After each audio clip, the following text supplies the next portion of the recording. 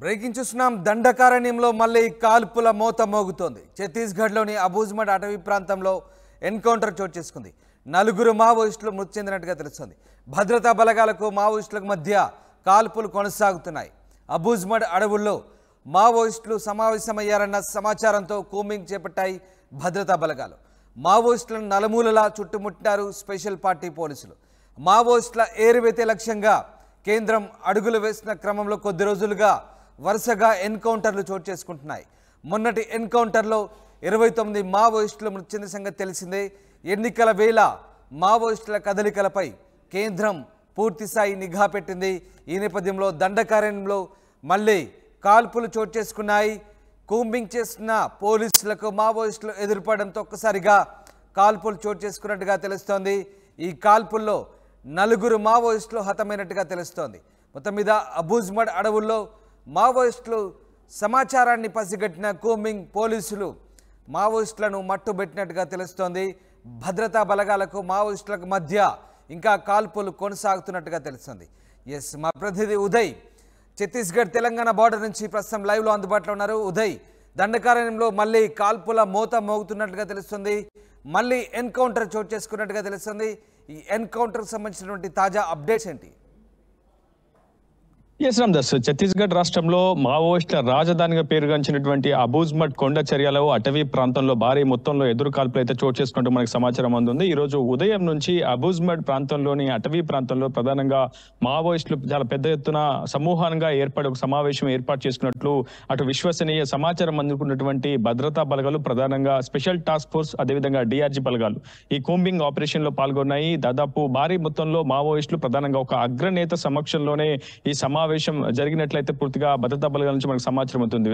వెంటనే అబూజ్మడ్ అటవీ ప్రాంతంలో చెందుకున్నటువంటి అటు భద్రతా బలగాలు, ఒకవైపు స్పెషల్ టాస్క్ ఫోర్స్, మరోవైపు డిఆర్జీ బలగాలు కూడా మావోయిస్టు సమూహాన్ని చుట్టుముట్టే ప్రయత్నం చేసింది. ఈ నేపథ్యంలో ఇరు వర్గాల మధ్య కాల్పులు చోటు చేసుకోవడంతో దాదాపు 4 మావోయిస్టులు ఇప్పటి మృతి చెందినట్లు మనకు తాజాగా సమాచారం అయితే అవుతుంది. ఖచ్చితంగా మావోయిస్ట్ సెంట్రల్ పార్టీ సభ్యుడు ఒకరు ఈ సమావేశానికి ముఖ్యంగా హాజరై అటు రాబోయే భవిష్యత్ కార్యాచరణకు సంబంధించి మావోయిస్ట్ పార్టీ యాక్షన్ ప్లాన్ కోసం సమావేశం అయినట్టు తెలిసిన నేపథ్యంలోనే పూర్తిగా ఈ కూంబింగ్ ఆపరేషన్, సర్చ్ ఆపరేషన్ అటు భద్రతా బలగాలు చేపట్టాయి అనేది మనకు తాజాగా ఉన్నటువంటి సమాచారం.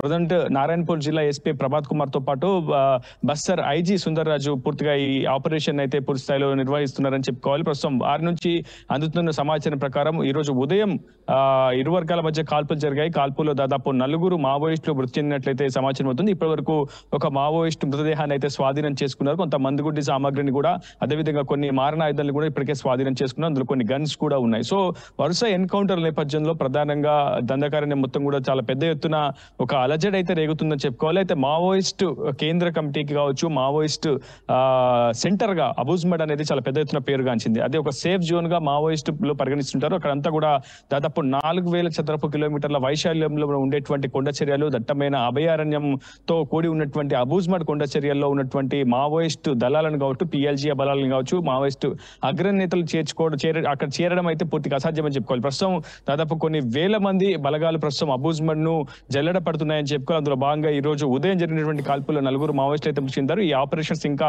కొనసాగుతున్నట్లయితే మనకు సమాచారం అవుతుంది. ఇంకా కాల్పులు కొనసాగుతున్నాయి. ఇంకా మావోయిస్టుల కోసం ఇంకా గాలింపు చర్యలు అయితే చేపడుతున్నారు. ఇప్పటి వరకు 4 మావోయిస్టులు మృతి చెందారనేది ఇంకా అధికారులు గుర్తించలేదు. కానీ మనకు ఉన్నటువంటి తాజా సమాచారం మాత్రం 4 మావోయిస్టులు మృతి చెందింది. ఒక మావోయిస్టు మృతదేహాన్ని మాత్రమే ప్రస్తుతం భద్రతా బలగాలు స్వాధీనం చేసుకున్నాయి. ఇంకా కూంబింగ్ ఆపరేషన్, సర్చ్ ఆపరేషన్ కొనసాగుతుంది. అయితే మరోవైపు మావోయిస్టులు గర్వాపసిలో భాగంగా పెద్ద ఎత్తున జనజీవన స్రవంతిలో కలవడానికి మొగ్గు చూపుతున్నట్లు భద్రతా బలగాలు చెప్తున్నాయి. నిన్న ఒక్కరోజే దాదాపు దంతెవాడ పరిధిలో దాదాపు 24 మంది మావోయిస్టులు, మిలిషియా సభ్యులు లొంగుబాటుకు పూర్తి స్థాయిలో మొగ్గు చూపినట్టయితే భద్రతా బలగాలు సమాచారం అవుతుంది. ఏదేమైనప్పటికీ మావోయిస్టుల ప్రధాన లక్ష్యంగా భద్రతా బలగాలు అయితే పూర్తి స్థాయిలో ముందడుగు వేస్తున్నాయని చెప్పుకోవాలి. రామ్దాస్, రైట్ ఉదయ్, అంటే వరుసగా ఎన్కౌంటర్లు చోటు చేసుకుంటున్నాయి. మొన్న భారీ ఎన్కౌంటర్, మరొక ముందే మళ్ళీ తాజాగా ఎన్కౌంటర్. దీంతో మావోయిస్టులకు కోలుకోలేని ఎదురు దెబ్బ తగులుతోంది. ఈ నేపథ్యంలో మరి పోలీసులు ఏ రకమైనటువంటి అప్రమత్త చర్యలు తీసుకుంటున్నారు? అలాగే మావోయిస్టుల పరిస్థితి ఏంటి? ప్రస్తుతం మావోయిస్టుల మూమెంట్స్, కదలికలు ఎలా ఉన్నాయి?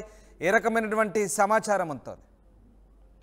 మావోయిస్టుల నుంచి ప్రస్తుతం ఒక ప్రతిస్పందన లేదని చెప్పుకోవాలి, ప్రతిచర్య కూడా లేదని చెప్పుకోవాలి. గత కొద్ది కాలంగా కూడా పూర్తిగా ప్రతి ఒక్క ఆపరేషన్ లో కూడా భద్రతా బలగాలే పై చేయి సాధిస్తున్నాయి. ఇటీవల కాంకేర్ ఘటనలో 29 మంది మావోయిస్టులను అటు మావోయిస్టు పార్టీ కోల్పోగా ఒక్కో రోజు అంటే ప్రతి 24 గంటలకు ఏదో ఒక చోట దండకారణ్యం వ్యాప్తంగా విస్తరించినటువంటి 5 రాష్ట్రాల పరిధిలో ఏదో ఒక చోట ఎన్కౌంటర్ జరుగుతుంది. ఆ ఎన్కౌంటర్ లో ప్రధానంగా మావోయిస్టులే పెద్ద ఎత్తున మృత్యువాత పడుతున్న పరిస్థితి కనిపిస్తుంది. సో మావోయిస్టులు అంతా కూడా ప్రస్తుతం ఒక సేఫ్ జోన్ వెతుక్కునే ప్రయత్నం చేస్తున్నారు. ఎక్కడ కూడా ప్రతిచర్య లేకుండా పూర్తి స్థాయిలో ఒక సైలెంట్ అయినటువంటి వాతావరణాన్ని మావోయిస్టు పార్టీ అవలంబిస్తుందని చెప్పుకోవాలి. సరైన సమయంలో సరైన చర్య తీసుకునేందుకు ఇప్పటికే మావోయిస్టు పార్టీ ఒక వ్యూహాత్మకమైనటువంటి ఎత్తుగడలకైతే పావులు కలుపుతుందని చెప్పుకోవాలి. ఎందుకంటే అక్కడ ఛత్తీస్గఢ్ లో ప్రధానంగా రాష్ట్ర ప్రభుత్వం బీజేపీ చేపడుతుంది. సో బీజేపీ అధికారంలో ఉన్నంత వరకు కొంత ఇబ్బందికరమైనటువంటి పరిస్థితులు అక్కడ మావోయిస్టు పార్టీని అయితే కలిసివేస్తున్నాయని చెప్పుకోవాలి. ఒకవైపు కేంద్ర హోంశాఖ, మరోవైపు రాష్ట్ర హోంశాఖ ఇరు సమన్వయం చేసుకుంటూ ఇరు వర్గాలు ఇరు భద్రతా బలగాలు పెద్ద ఎత్తున కూంబింగ్ తెలపడంతో పూర్తి స్థాయిలో అక్కడ మావోయిస్టు పార్టీ బిక్కుబిక్కుమంటూ జీవనం గడపాల్సినటువంటి పరిస్థితి ఏర్పడుతుంది. ఏదేమైనప్పటికీ ఖచ్చితంగా తమ సిద్ధాంతానికి మరణం లేదనేది మావోయిస్టు పార్టీ మొదటి నుంచి కూడా చెప్తున్నటువంటి వాదన.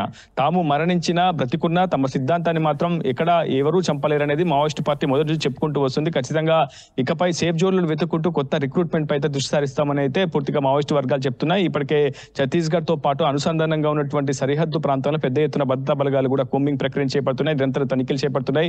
ఏ క్షణం ఏ పరిస్థితి ఎదురైనా సరే సమర్థవంతంగా ఎదుర్కొనేందుకైతే అటు భద్రతా బలగాలు సంసిద్ధంగానే ఉన్నాయని చెప్పుకోవాలి. రామ్దాస్.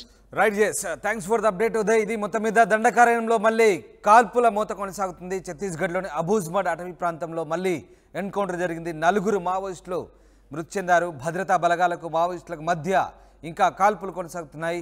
అబూజ్మడ్ అడవుల్లో మావోయిస్టులు సమావేశమయ్యారన్న పక్కా సమాచారంతో భద్రతా బలగాలు కోంబింగ్ చేపట్టాయి.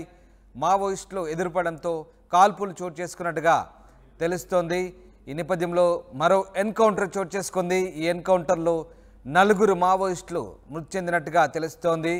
మావోయిస్టులను స్పెషల్ పార్టీ పోలీసులు నలుమూలలా చుట్టుముట్టి ఎన్కౌంటర్ జరిగినట్టుగా తెలుస్తోంది. మావోయిస్టుల ఎరువేత లక్ష్యంగా కేంద్రం అడుగులు వేస్తోంది. కొద్ది రోజులుగా వరుస ఎన్కౌంటర్లు జరుగుతున్నాయి. మొన్నటి ఎన్కౌంటర్లో 29 మంది మావోయిస్టులు మృతి చెందిన సంగతి తెలిసిందే. ఎన్నికల వేళ మావోయిస్టుల కదలికలపై కేంద్రం నిఘా పెంచిన నేపథ్యంలో తాజాగా మరో ఎన్కౌంటర్ చోటు చేసుకుంది. ఈ ఎన్కౌంటర్లో 4 మావోయిస్టులు మృతి చెందినట్టుగా తెలుస్తుంది. ఇక దీనికి సంబంధించి పూర్తి స్థాయిలో భద్రతా బలగాలు సమాచారాన్ని బయటకు ఇవ్వలేని పరిస్థితి.